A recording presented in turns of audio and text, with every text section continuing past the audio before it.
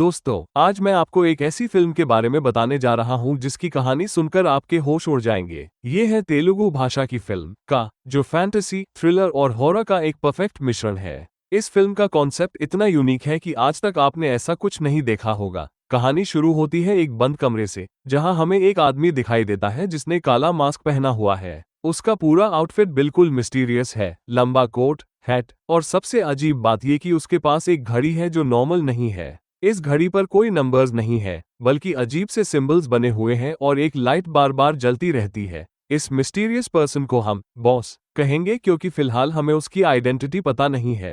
ये बॉस अपने लोगों को दो नाम देता है, पहला अभिनव वासुदेव और दूसरा राधा। उसका आदेश साफ है, इन दोनों को यहाँ लेकर आओ, चाहे जो भी करना पड़े। अब सीन शिफ्ट होता है बाहर की तरफ, जहां हम एक घायल आदमी को देखते हैं। ये है अभिनव वासुदेव। लेकिन यहाँ एक ट्विस्ट है दोस्तों, वो पहले से इंजर्ड है। बॉस के लोग उस पर अटैक करते हैं और हालांकि वो फाइट करने की कोशिश करता है, लेकिन अपनी इंजरीज की वजह से हार जाता है। वे उसे बोरी में डालकर ले जाते हैं। इसी दौरान राधा भी यह सब देख रही होती है और भागने की कोशिश करती है, लेकिन वे उसे भी पकड़ लेते हैं। क्या मिस्टीरियस सेटअप है ये। जब अभिनव को उस बंद कमरे में होश आता है, तो वो खुद को कुर्सी से बंधा हुआ पाता है। सामने वही मिस्टीरियस घड़ी रखी है और बॉस भी मौजूद है।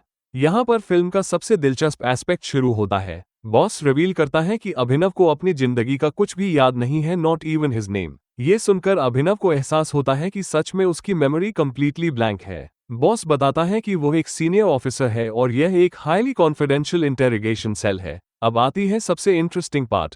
वो घड़ी कोई ऑर्डिनरी क्लॉक नहीं है, बल्कि एक एडवांस हिप्नोटिज्म डिवाइस है। यह अभिनव के सबकॉन्शियस माइंड को एक्टिवेट करेगी और बॉस की कमांड पर चलेगी। सिंपल भाषा में कहें तो अभिनव की मेमोरी अभी ब्लैंक है, लेकिन ये डिवाइस उसे किसी पर्टिकुलर मोमेंट को रिकॉल करने में हेल्प करेगी। इसका डेमोन्स्ट्रेशन भी होता है। बॉस डिवाइस को एक्टिवेट करके पूछता है, 22 अप्रैल 1979 में तुमने अभीर शेख का एक लेटर पढ़ा था, उसमें क्या था?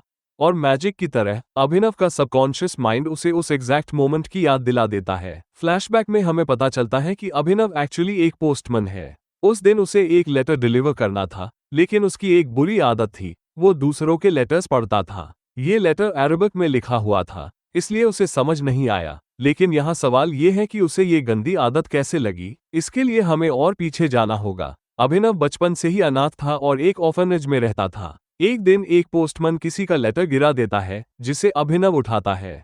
ये लेटर किसी माँ ने अपने बेटे के लिए लिखा था। जब अभिनव इसे पढ़ता है तो उसे लगता है जैसे वो वही बेटा है जिसके लिए ये लेटर लिखा गया है। यहाँ का इमोशनल कनेक्ट समझिए दोस्तों। एक अनाथ बच्चा जिसका कोई नहीं है, वो इन लेटर्स में अपने मिसिंग फैमिली बॉन्ड्स ढूंढने लगता है। यही वजह है कि वो लेटर्स चुराकर पढ़ने लगा। एक दिन अभिनव ऑर्फनेज के मास्टर से पूछता है कि उसका फैमिली कहाँ है, कौन उसे यहाँ लाया था। मास्टर का जवाब ब्रूटल है, तुम्हारा इस दुनिया में कोई नहीं है। जब मास्टर अभिनव को अपनी वाइफ का लेटर पढ़ते हुए पकड़ते हैं, तो वे बहुत गुस्सा करते हैं और कहते हैं, तुम बुरे बच्चे हो, इसीलिए तुम्हारे फैमिली वालों ने तुम्हें छोड़ दिया होगा। ये सुनकर अभिनव का गुस्सा फूट पड़ता है। वो मास्टर के ड्रॉअर से पैसे चुराकर ऑर्फनेज से भाग जाता है। लेकिन यहाँ कर्मा का खेल शुरू हो रहा था। प्रेजेंट टाइम में बॉस रिवील करता है कि जो पैसे अभिनव ने चुराए थे, वे एक्चुअली मास्टर की बेटी के ऑपरेशन के लिए थे। पैसों की कमी की वजह से ऑपरेशन नहीं हो सका और लड़की की डेथ हो गई। यानी इनडायरेक्टली अभिनव उस इनोसेंट गर्ल की डेथ का जिम्मेदार था। ये सुनकर अभिनव शॉक्ड रह जाता है, लेकिन वो इस बात को मानने से इनकार करता है। अब कहानी आगे बढ़ती है। ऑर्फनेज छोड़ने के बाद अभिनव यहाँ वहाँ छोटे काम करता रहा, लेकिन उसकी लेटर्स पढ़ने की आदत कभी नहीं छूटी। उसका हमेशा से ड्रीम था कि वो पोस्टमैन बने। एक दिन उसकी मुलाकात सुब्बू नाम के आदमी से होती है, जो पोस्ट ऑफिस में काम करता था। सुब्बू उसकी जॉब लगवाने के लिए उसे कृष्णागिरी गांव आने को कहता है। कृष्णागिरी कोई ऑर्डिनरी गांव नहीं था दोस्तों, ये पहाड़ों से घिरा हुआ था और इसकी एक यूनिक विशेषता थी, दोपहर 3 बजे के बाद ही सूरज पहाड़ों के पीछे चला जाता था, जिससे गांव पर अंधेरा छा जाता था। यानी 3 बजे दिन में ही रात हो जाया करती थी। यहीं पर अभिनव की नज़र एक लड़की पर पड़ती है, सत्यभामा। उसे ये गांव बहुत पसंद आता है और लगता है जैसे यहाँ उसे वो फैमिली मिल सकती है जिसकी तलाश वो हमेशा से कर रहा था। लेकिन इस खूबसूरत गांव में एक डार्क सीक्रेट छुपा हुआ था। यहाँ लड़कियां मिस्टीरियसली गायब हो रही थीं।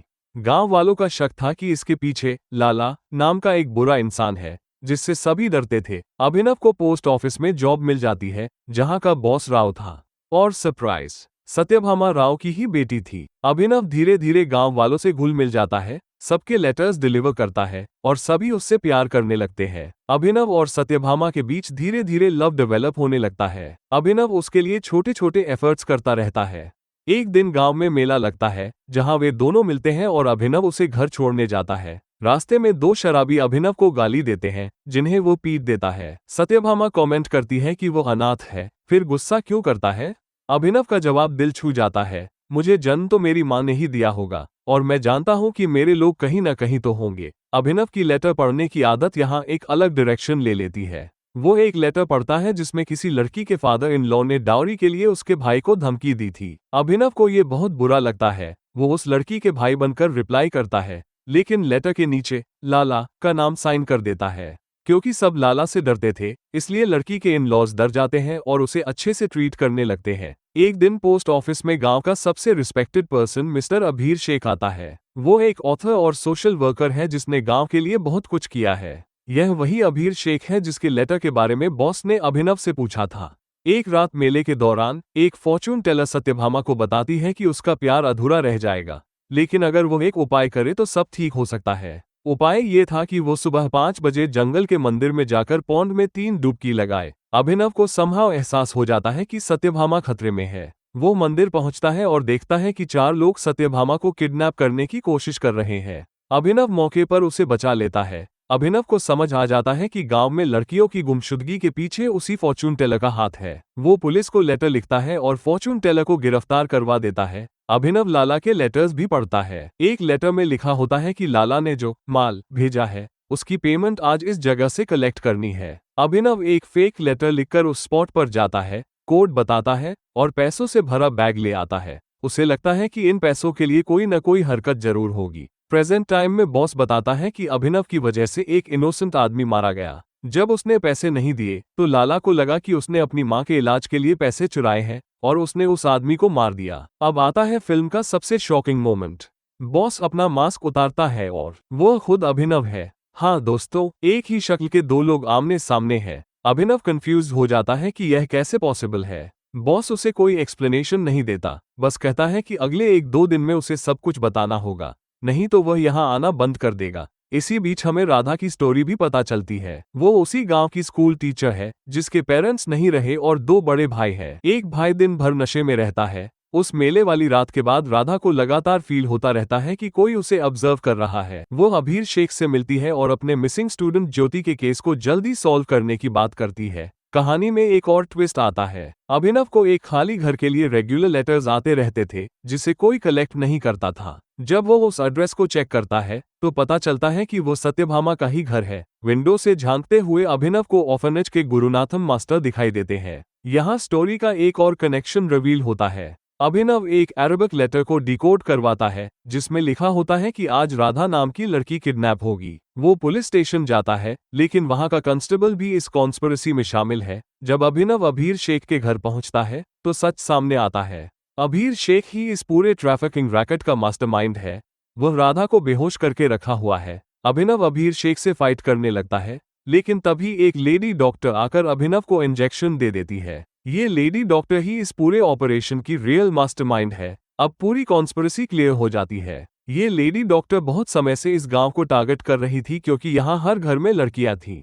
फॉर्चून टेलर, अभीर शेख और करप्ट पुलिस कांस्टेबल सब मिलकर गर्ल्स को किडनैप करके मुंबई और कोलकाता में बेच रहे थे। लेडी डॉक्टर डिसाइड करती है कि आज की रात में मैक्सिमम गर्ल्स को उठाना है क्योंकि अब यहाँ काम करना सेफ नहीं है। उनका प्लान है पूरे गांव को आग लगा देना और केओस में लड़कियों को किडनैप करना। अभिनव को होश आ जाता है और वो उन सबसे लड़कर गांव की लड़कियों को बचाता है। अभीर शेख को मार देता है, लेकिन लेडी डॉक्टर और कांस्टेबल राधा को लेकर भाग गए होते हैं। अभिनव उनका पीछा करता है। आगे जाकर डॉक्टर की कार का एक्सीडेंट हो जाता है। अभिनव राधा को बचाने की कोशिश करता है, लेकिन यहाँ आता है फिल्म का सबसे शॉकिंग रेवलेशन। डॉक्टर दोनों को गोली मार देती है और वे ऑन द स्पॉट मर जाते हैं। गांव वाले डॉक्टर और कांस्टेबल को पकड़कर ले आते हैं। अभिनव और राधा की बॉडीज भी वहां लाई जाती हैं। सभी गांव वाले रो रहे होते हैं क्योंकि अभिनव अब उनका फैमिली बन चुका था। अब आता है सबसे माइंड ब्लोइंग पार्ट। गुरुनाथम की अडॉप्टेड बेटी जानकी को लेबर पेन होता है और वो ट्विंस को जन्म देती है, एक लड़का और एक लड़की। यह कोई और नहीं बल्कि अभिनव और राधा का ही रिइंकार्नेशन है। उनके गुड कर्मा की वजह से उन्हें दोबारा जन्म मिला है, और वह भी सेम फैमिली में ब्रदर सिस्टर के रूप में। अब सब कुछ क्लियर हो जाता है। का मतलब है अंतरात्मा या कॉन्शियंस। जो भी इंटेरोगेशन हो रहा था वो एक्चुअली अभिनव और राधा की आत्माओं के साथ हो रहा था जब वे जानकी के गर्भ में थे। वो सेल कोई रियल जगह नहीं थी, यह मेटाफोरिकली गर्भ को रिप्रेजेंट कर रहा था। दीवार पर जो कुछ वे लिख रहे थे वो एक्चुअली गर्भ में हो रहा था, जिससे जानकी को इरिटेशन और पेन होता था। बॉस कोई रियल पर्सन नहीं था, वो अभिनव की अपनी कॉन्शियंस थी जो उसके सारे कर्मों का हिसाब ले रही थी। हर इंसान को अपने कर्मों का सामना करना पड़ता है, और यही यहाँ हो रहा था। देखिए कितना परफेक्ट कर्मा साइकिल है। अभिनव ने मास्टर के पैसे चुराए, मास्टर की बेटी मर गई। मास्टर ने अभिनव को ताना मारा कि उसके पेरेंट्स ने उसे छोड़ दिया, लेकिन अंत में अभिनव उसी मास्टर की अडॉप्टेड बेटी के बच्चों के रूप में जन्म लेता है। यहाँ तक कि अभिनव का डॉग रामू भी सेंस कर लेता है कि उसका मास्टर वापस आ गया है और गुरुनाथम के घर आकर रहने लगता है। ये फिल्म हमें बताती है कि हमारे हर कर्म का फल मिलता है। गुड डीड्स हमेशा रिवॉर्ड होते हैं। रिइंकार्नेशन में विश्वास, फैमिली बॉन्ड्स डेथ के बाद भी बने रहते हैं। फिल्म में कुछ क्वेश्चंस अभी भी है। क्या अभिनव और राधा को अपना पास्ट याद रहेगा? डॉक्टर और कांस्टेबल का क्या हुआ? क्या वे बड़े होकर अपना बदला लेंगे? शायद इन सवालों के जवाब हमें का 2 में मिले अगर वह कभी बनी तो। दोस्तों, का सिर्फ एक फिल्म नहीं है, यह एक स्पिरिचुअल जर्नी है जो हमें कर्मा, रिइंकार्नेशन और ह्यूमन कनेक्शंस के बारे में सोचने पर मजबूर करती है। फिल्म का कॉन्सेप्ट बिल्कुल यूनिक है। पूरी स्टोरी एक्चुअली अनबॉर्न बेबीज की सोल्स के पर्सपेक्टिव से बताई गई है जो अपने पास्ट लाइफ के कर्मों का हिसाब कर रही है। अभिनव एक अनाथ था जो फैमिली की तलाश में था, और अंत में उसे वही फैमिली मिली जिसे उसने इनडायरेक्टली हार्म पहुंचाया था। ये कर्म का परफेक्ट एग्जाम्पल है। यदि आपको यह एक्सप्लेनेशन पसंद आया हो तो कमेंट करके बताइएगा। और हाँ, ये फिल्म डेफिनेटली देखने लायक है अगर आप कुछ डिफरेंट और मीनिंगफुल देखना चाहते हैं। तो दोस्तों, यही थी का की कंप्लीट कहानी। उम्मीद करता हूँ कि आपको समझ में आ गई होगी। यह माइंड बेंडिंग तले